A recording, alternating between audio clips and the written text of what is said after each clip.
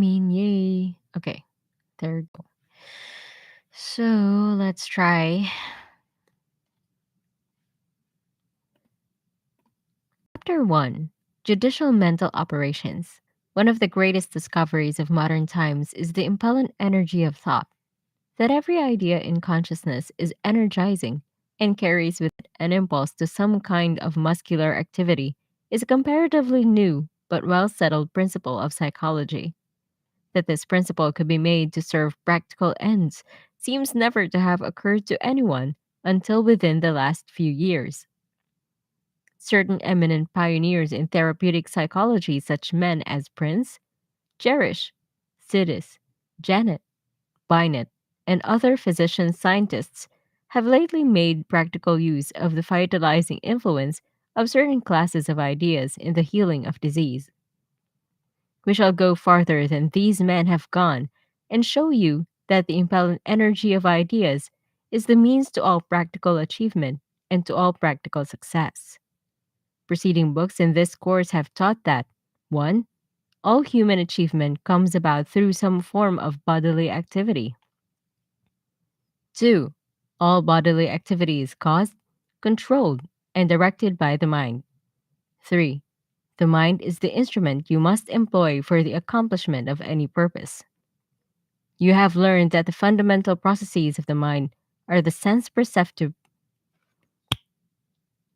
You have learned that the fundamental processes of the mind are the sense perceptive process and the judicial process.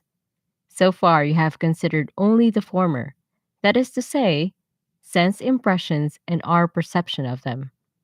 You have learned through an analysis of this process that the environment that prescribes your conduct and defines your career is wholly mental, the product of your own selective attention, and that it is capable of such deliberate molding and adjustment by you as will best promote your interests. But the mere perception of sense impressions, though a fundamental part of our mental life, is by no means the whole of it. The mind is also able the mind is also able to look at these perceptions, to assign them a meaning and to reflect upon them. These operations to assign them a meaning and to reflect upon them. These operations constitute what are called the judicial processes of the mind. The judicial processes of the mind are of two kinds, so that, in the last analysis, there are, in addition to sense perceptions, two, and only two, types of thought. One of these types of thought is called a causal judgment, and the other, a classifying judgment.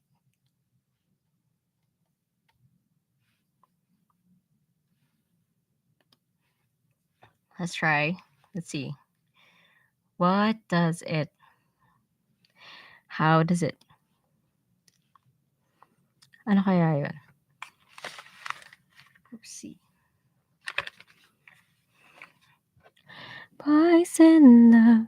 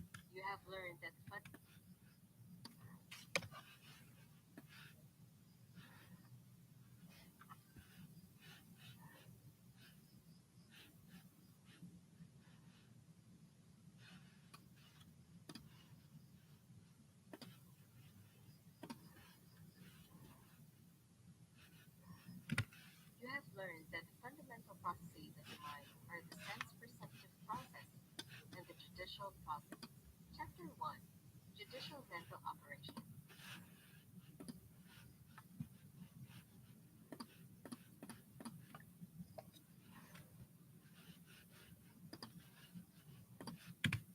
Chapter 1, Judicial Mental Operations. One of the greatest discoveries of modern history is that every idea of consciousness energizes and carries within an evolved kind of muscular activity is comparatively new but well-settled principle of psychology. That this principle can be made to serve practical use seems never to have occurred to anyone until we did